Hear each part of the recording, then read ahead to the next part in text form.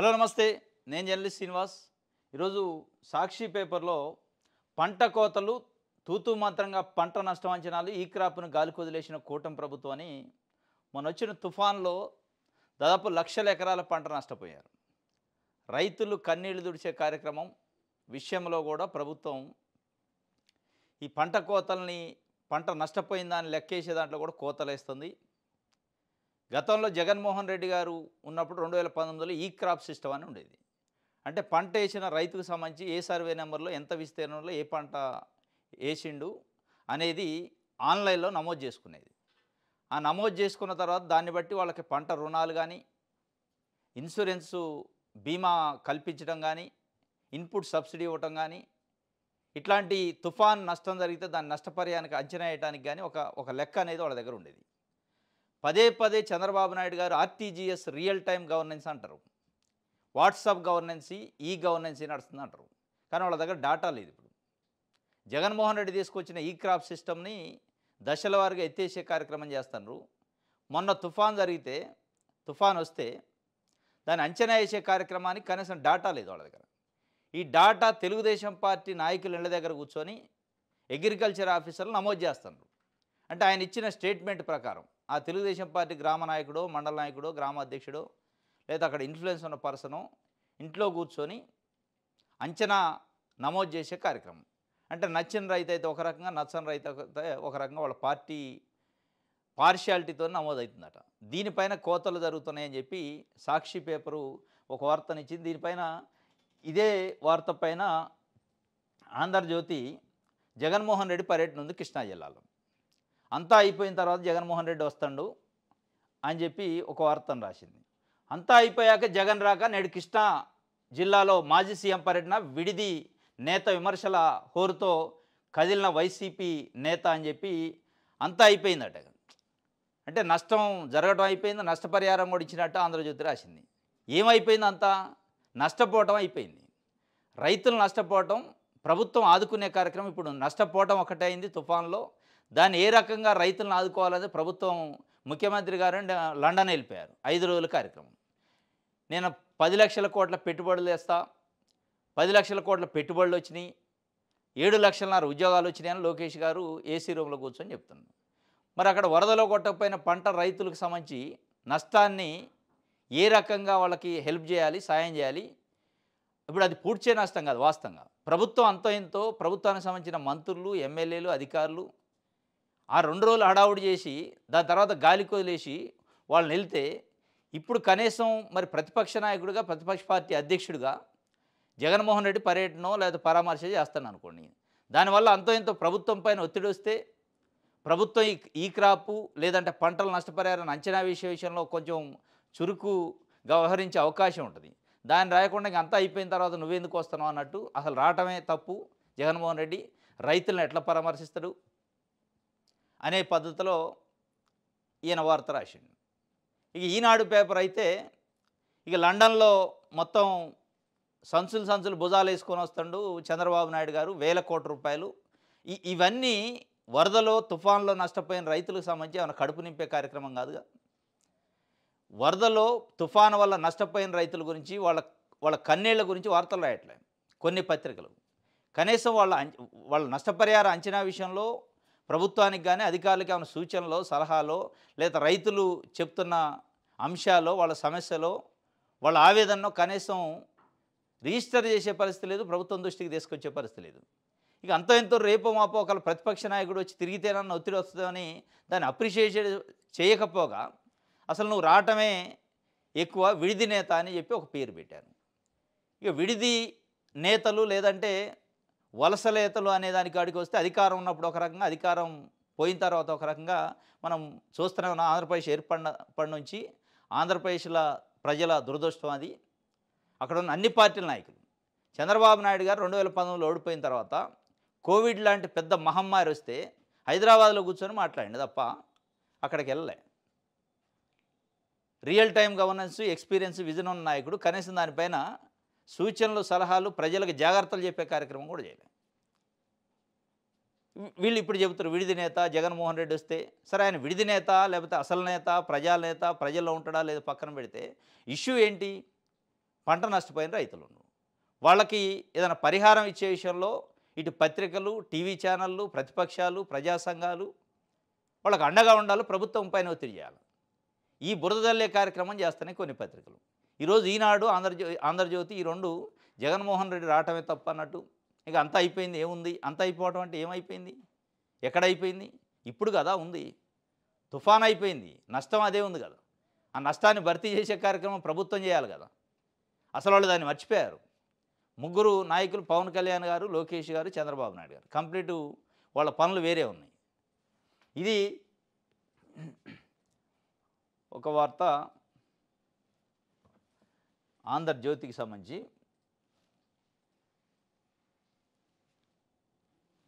Right, Prajasakti paper చూద్దాం.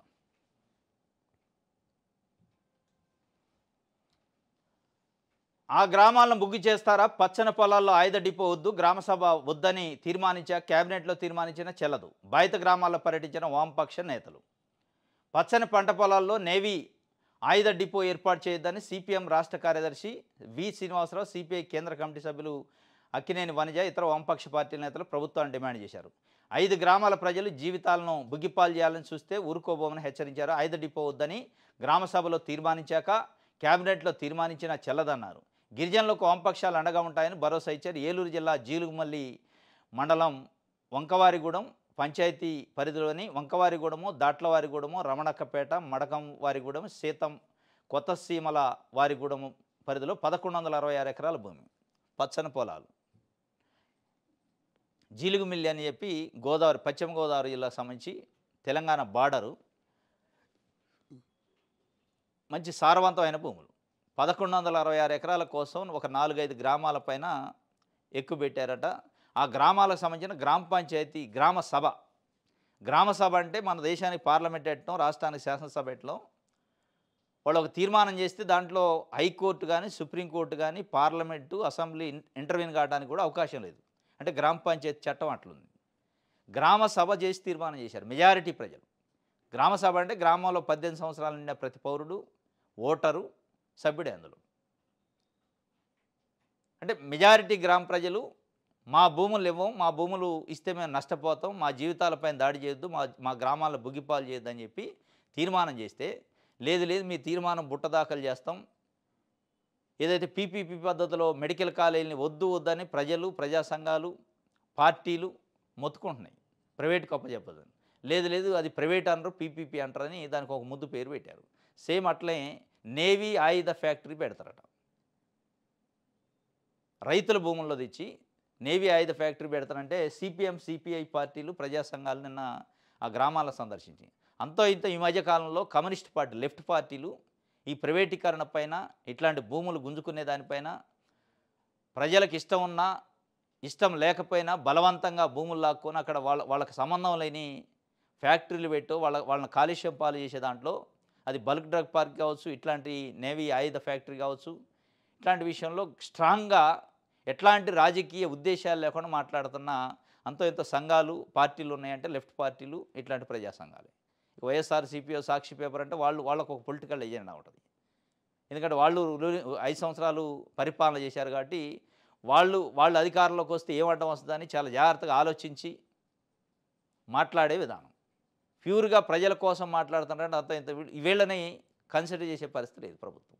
కనీసం వాళ్ళ ఒక పార్టీ ఉంది, ఆ పార్టీ ఒక లెటర్ రాసింది, లేదా ఒక ప్రెస్ మీట్ పెట్టింది, వాళ్ళు ఇది మాట్లాడారు, దాన్ని ఏమైనా మనం ఆలోచన చేద్దామా అనే ఆలోచన కూడా ప్రభుత్వం పూర్తిగా అసలు అది పార్టీ కానట్టు, పొలిటికల్ లీడర్లు కానట్టు వాళ్ళని అసలు ఒక వెలేసే పద్ధతిలో వీళ్ళు చేస్తున్నారు. కనీసం అంటే 1% కూడా వాళ్ళ మాటకు విలువేయట్లేదు. ఇది ఆ గ్రామాలను బుగ్గిపాలు చేస్తారంటే బుగ్గిపాలు చేయటానికే ఉన్నారు ఇప్పుడు గ్రామాలు కానీ, మెడికల్ కాలేజీలు కానీ. రైట్,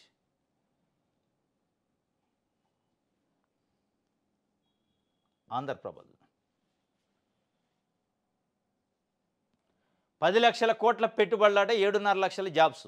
విశాఖ పార్ట్నర్షిప్ సమిట్లో జరగనున్న 410 ఒప్పందాలు. 45 దేశాల నుంచి 330 మంది ప్రతినిధులు. 2.70 లక్షల కోట్ల పెట్టుబడితో ప్రాజెక్టులకు శంకుస్థాపన.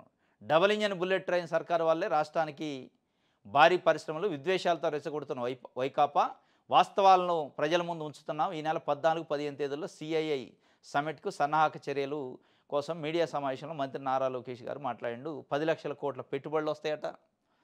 తర్వాత 410 ఒప్పందాలు, 7.5 లక్షల జాబులు కూడా వస్తాయట. నారా లోకేష్ గారు యోగాళంలో తర్వాత తెలుగుదేశం పార్టీ కూటమి మేనిఫెస్టోలో పెట్టారు 5 సంవత్సరాల్లో 20 లక్షల ఉద్యోగాలు ఇస్తామని. ఆ 20 లక్షల సంఖ్యను పూర్తి చేయడానికి చెబుతున్నట్టుంది. ఇది 7.5 లక్షల ఉద్యోగాలు వస్తాయట ఒక్క విశాఖ సిఐఐ సమిట్లో.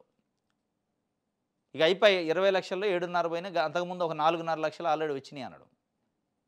అంటే దాదాపు వాళ్ళన్న హామీ ప్రకారం 50% అయిపోయింది. ఇక మేము పెట్టుబడులు తెచ్చినాం, ఉద్యోగాలు ఇచ్చినాం అని చెప్పి పద్ధతి. ఇది అయ్యే పనేనా? 410 ఒప్పందాలట, తర్వాత 10 లక్షల కోట్ల పెట్టుబడులట. ఇక్కడ నుంచి దావోస్ పోయారు. స్పెషల్ ఫ్లైటు ఆఫీసర్లు నారా లోకేష్ గారు, చంద్రబాబు నాయుడు గారు దాదాపు ఒక 4-5 రోజులు అక్కడే ఉండి ప్రభుత్వం డబ్బులతోని ₹1 రాలా. అక్కడ నుంచి ప్రభుత్వం ఖర్చు పెట్టి పోతే ఖర్చులు కూడా రాయాలి. అంటే విమాన ఖర్చులు కూడా, కిరాయిలు కూడా రాని పరిస్థితి. ఇక అక్కడి నుంచి ఇక్కడికి వచ్చాడే వీళ్ళు అక్కడ పోయి అక్కడ పెద్ద సమితి జరిగింది దావోస్లో. పారిశ్రామికవేత్తలు పెట్టుబడిదారుల సమిట్ జరిగితే ఆ సమిట్లోనే వీళ్ళు పోయి రిక్వెస్ట్ చేస్తే కూడా పెట్టే పరిస్థితి లేదు. మేము ఇక్కడ విశాఖపట్నంలో కూర్చుంటూ వస్తారు 410 ఒప్పందాలు జరుగుతాయి, 10 లక్షల కోట్ల పెట్టుబడులు వస్తాయి, 7.5 లక్షల ఉద్యోగాలు వస్తాయి, అయిపోయింది, మీరు ఊహల్లో కళల్లో తేలండి అని యువతకి చెప్తుండు నారా లోకేష్ గారు. ఇది వాస్తవంగా ప్రాక్టికల్గా చూస్తే అయ్యే పరిస్థితి. 7.5 లక్షల ఉద్యోగాలు అంటే అంత ఈజీ కాదు. 10 లక్షల కోట్ల పెట్టుబడులు ఒకవేళ మీరు పేపర్లో అటు ఇటు మార్చుకోవచ్చే కానీ ఉద్యోగాలు రావాలంటే అది గ్రౌండింగ్ కావాలి. మీరు చేసుకునే ఒప్పందాలు గ్రౌండింగ్ కావాలి. గ్రౌండింగ్ అయిన తర్వాత ఆ సంస్థ నడిచిన తర్వాత ఉద్యోగాలు వస్తాయి. ఈ మధ్యకాలంలో కాకినాడ సెజ్కు సంబంధించి చంద్రబాబు నాయుడు గారు ముఖ్యమంత్రిగా ఉన్నప్పుడు 100 ఎకరాల భూములు ప్రజల దగ్గర, ప్రభుత్వం దగ్గర తీసుకున్న వాళ్ళకి ఇస్తే పారిశ్రామికవేత్తలకి ఉద్యోగాలు వస్తాయని, అది ఉద్యోగాలు రాకపోగా భూమి నిరుపయోగంగా ఉందని క్యాన్సిల్ చేశారు. పవన్ కళ్యాణ్ గారు ఆదేశాల మేరకు, ఆయన ఒత్తిడి మేరకు ఆ ఒప్పందాలు క్యాన్సిల్ చేసి మళ్ళీ రిటర్న్ తీసుకునే పరిస్థితి. ఇక ఈ 410 ఒప్పందాలు రాగానే 7.5 లక్షల ఉద్యోగాలు వచ్చినట్టు ఆయన సన్నాహక సమావేశంలో చెప్తుండు. రైట్.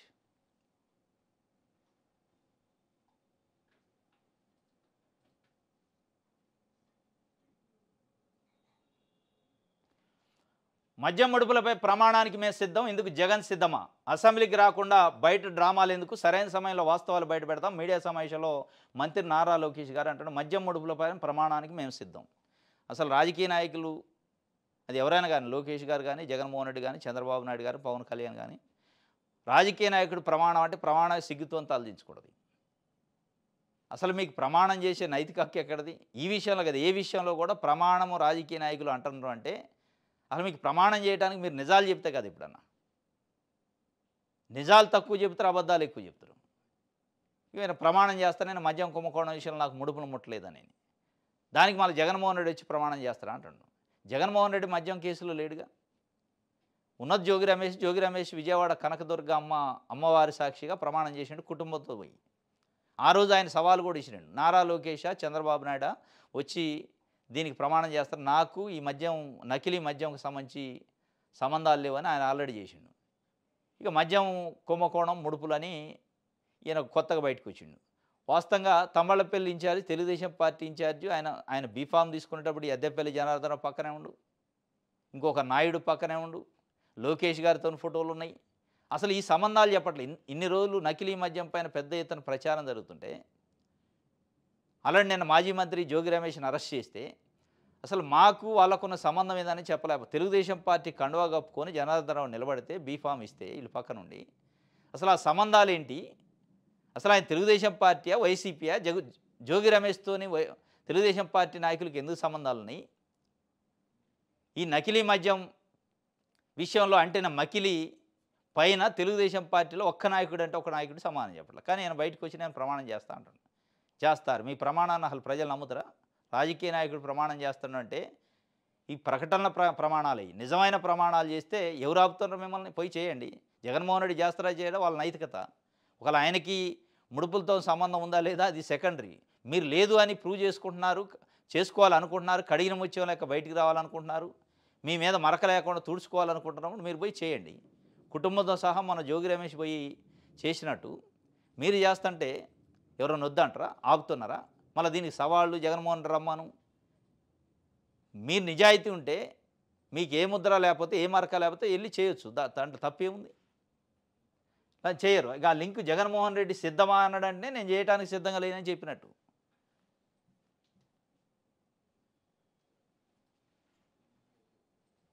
రైట్.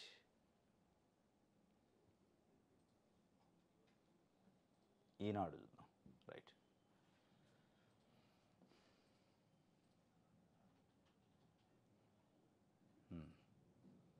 రాష్ట్రంలో హిందూజా 20,000 కోట్ల పెట్టుబడులు. కృష్ణా జిల్లా మల్లవల్లిలో ఎలక్ట్రిక్ బస్సులు, తేలికపాటి వాహనాల తయారీ ప్లాంటు. హిందూజా ఒక 20,000 కోట్ల పెట్టుబడులు పెట్టిందట. భాగస్వామ్య సదస్సులో 9.80 లక్షల కోట్ల పెట్టుబడులు వస్తాయి. 45 దేశాల నుంచి 300 మంది పారిశ్రామికవేత్తలు వస్తారు. 410 ఒప్పందాలపై సంతకాలు జరిగితే 2.5 లక్షల ఉద్యోగాలు కల్పించే కంపెనీలకు భూమి పూజ. విద్యా ఐటీ శాఖ మంత్రి చెప్తుండు.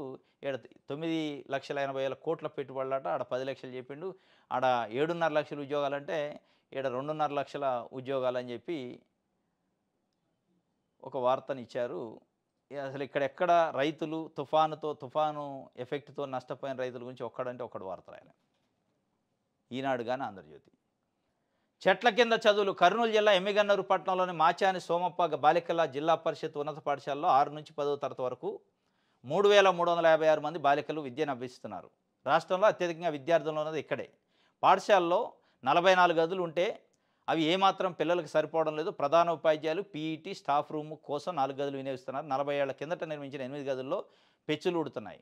గదులు కొరతతో వివిధ తరగతులకు చెందిన 15 సెక్షన్ల విద్యార్థులు చెట్ల కింద గోడల నీడన వరండాలో కూర్చోవలసి వస్తుంది.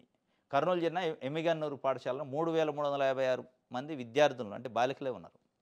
అతిపెద్ద స్కూల్ నాకు తెలిసింది. మన నారా లోకేష్ గారు విద్యాశాఖ మంత్రి నో అడ్మిషన్ బోర్డులు చూసి ఫుల్ అడ్మిషన్ బోర్డు చూసి నాకు సంతోషం వేస్తుంది. ఆంధ్రప్రదేశ్ రాష్ట్రంలో విద్యా వ్యవస్థ అద్భుతంగా ఉంది. 3 పూలు 6 కాయల లెక్క. అసలు చాలా అద్భుతమైన ఫలితాలు వస్తాయని చెప్పిండు. దీన్ని చూడాలి. మీ నో అడ్మిషన్ బోర్డు, మీ విద్యా వ్యవస్థ, మీ పరిపాలన చూడాలంటే ఈ ఈ ఈ ఈ ఫోటో చూస్తే సరిపోద్ది. కర్నూలు జిల్లా ఎమ్మిగన్నూరులో 3,356 మంది ఉంటే దాదాపు 15 సెక్షన్లు గోడల చాట నీడకి చెట్ల కింద వరండాలలో కూర్చొని చదువు నేర్చుకునే పరిస్థితి, చదువు చెప్పే పరిస్థితి టీచర్స్. దీనికి మన విద్యా వ్యవస్థ అద్భుతంగా ఉంది, మీరు చూడండి అని చెప్తూ ఉంటారు ప్రభుత్వంలో ఉన్న పెద్దలు. రైట్.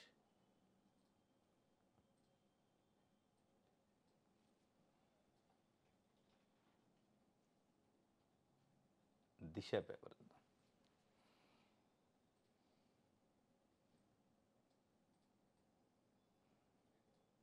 కాశీబొగ్గ ఘటన దురదృష్టకరం. కేంద్ర మంత్రి రామ్మోహన్ నాయుడు మృతుల కుటుంబాలకు పరామర్శ. ప్రభుత్వం తరపున వారికి ఎక్స్గ్రేషియా చెక్కులు అందజేత. పలాస ఆసుపత్రిలో చికిత్స పొందుతున్న క్షతగాత్రులకు కేంద్ర మంత్రి పరామర్శ. నిన్న కేంద్ర మంత్రి రామ్మోహన్ నాయుడు, రాష్ట్ర వ్యవసాయ శాఖ మంత్రి అచ్చెన్నాయుడు ఇద్దరు కాశీబొగ్గ ఘటన దురదృష్టకరమే కానీ దీనిపైన కొన్ని పేపర్లు, కొంతమంది నాయకులు మాట్లాడిన మాటలు చాలా గమ్మత్తుగా ఉన్నాయి. ఆంధ్రజ్యోతి పేపర్ అయితే దీనిపైన భక్తులు ప్రాణాల మీద తెచ్చుకుంటున్నారని రాసింది. తొక్కేసలాట జరిగి ప్రభుత్వ వైఫల్యం వల్ల, అక్కడ భద్రతా ఏర్పాటు చేయకపోవటం వల్ల 2,500 మంది కెపాసిటీ ఉంటే 25,000 మంది పబ్లిక్ భక్తులు వస్తే, ఆ భక్తులు వచ్చేది అక్కడ ఉన్న పోలీస్ అధికారులు కనీసం మానిటర్ వాళ్ళ కళ్ళకు కనపడింది కదా. 25,000 మంది ఎట్ ఏ టైము 1 మినిట్లో రారు. రోడ్లపైన ప్రజలు భక్తులు తండోపతండాలుగా వెళ్తుంటే కనీసం పోలీసులు గమనించి ఏం జరుగుతుంది ఇష్యూ అనేది కనీసం అబ్జర్వేషన్, కోఆర్డినేషన్ చేయాలి. అది వదిలేశారు. Real time governance. తొక్కేసలాట జరిగి ఒకవైపు చనిపోతుంటారు. ఈ రియల్ టైం గవర్నెన్స్లో సీసీ కెమెరాలు లేవో పోలీస్ స్టేషన్లో అనుసంధానిస్తూ కాశీబొగ్గకు సంబంధించి స్ట్రీట్స్కి ఇన్ని వేల మంది తండోపతండాలకు వెళ్తుంటే అసలు ఏం జరుగుతుంది అక్కడ? వాళ్ళు గుడికి వెళ్తారా, ధర్నాకి వెళ్తారా, ఏదో దాడికి పోతారా? కనీసం గమనించారుగా పోలీసు యంత్రాంగం. గాలికి వదిలేశారు. దీనిపైన చంద్రబాబు నాయుడు గారు మన ఒక ప్రకటన ఇచ్చారు. ప్రైవేట్ వాళ్ళతోనే ఇబ్బంది వస్తుందట. దానికి వీ కావేరీ ట్రావెల్స్ ప్రైవేట్ది, ఇక్కడ గుడి కూడా ప్రైవేట్ యాజమాన్యంలో ఉంది కాబట్టి వచ్చింది అని అంటాడు. మరి టీటీడీ తొక్కిసలాట్లో 6 మంది చనిపోయారు. దానికి ఎవరు కారణం చెప్పరు. ఇమీడియట్‌గా ఆ కాశీబుగ్గ ఘటన జరగగానే దానికి సంబంధించిన యాజమాన్యాన్ని ఇమీడియేట్ అరెస్ట్ చేసిన తర్వాతనే ఇన్వెస్టిగేషన్ చేయండి అని ఒక స్టేట్మెంటు ఆదేశాలు ఇచ్చిండు చంద్రబాబు నాయుడు గారు అధికారులకి. ఇదే చురుకు టీటీడీ విషయంలో 6 మంది చనిపోతే 6గురు మరి ఎవరిపైన కేసు పెట్టారు? ఎవరిని అరెస్ట్ చేశారు? టీటీడీ చైర్మన్‌నా? ఈవోనా? జేఈఓనా? ఏఈఓనా? ఎవరిని అరెస్ట్ చేశారు? ఎవరిని జైల్లో పెట్టారు? అంటే ప్రభుత్వ ఆధ్వర్యంలో ఉన్న సంస్థల్లో వైఫల్యం వల్ల చనిపోతే మనుషులు కేసులుండవు, సంజాయిషీలుండవు, మళ్ళీ వెనకేసుకొచ్చుకునే కార్యక్రమం దీన్ని చేస్తారు. ఇక్కడ చనిపోగానే హుట్టాహుట్టిన అరెస్ట్ చేయండి, లోపటేయండి అన్నాడు. ఇప్పుడు అప్పన్న స్వామి దగ్గర గోడ కూలి చనిపోయారు ఏడుగురు. మరి దానికి ఎవరు కారణం? అది ప్రభుత్వానిదే కదా. అంటే ఒక ప్రైవేటు వి కావేరీ ట్రావెల్సో లేకపోతే గుళ్ళోనో ప్రైవేటు గుళ్ళోనో చనిపోయారు కాబట్టి ప్రైవేట్ వాళ్ళ వలన ఈ సమస్య అంతా వస్తుంది అంటాడు చంద్రబాబు నాయుడు గారి ప్రకటన. దానికి ఆంధ్రజ్యోతి, ఈనాడు పేపర్లు భక్తులు ప్రాణాల మీద తెచ్చుకుంటున్నారు, అంటే భక్తులే ప్రాణాల మీద తెచ్చుకుంటున్నారు, భక్తులే కావాలని తొక్కిసలాట చేసుకున్నట్టు వాళ్ళు రాశారు. కనీసం సింపతి చనిపోయినందుకు. ఇది కాశీబుగ్గ ఘటన పైన రైట్. ఇది ఈరోజు న్యూస్ అనాలిసిస్. రేపు తాజా వార్తలతో తిరిగి కలుసుకుందాం. Thank you.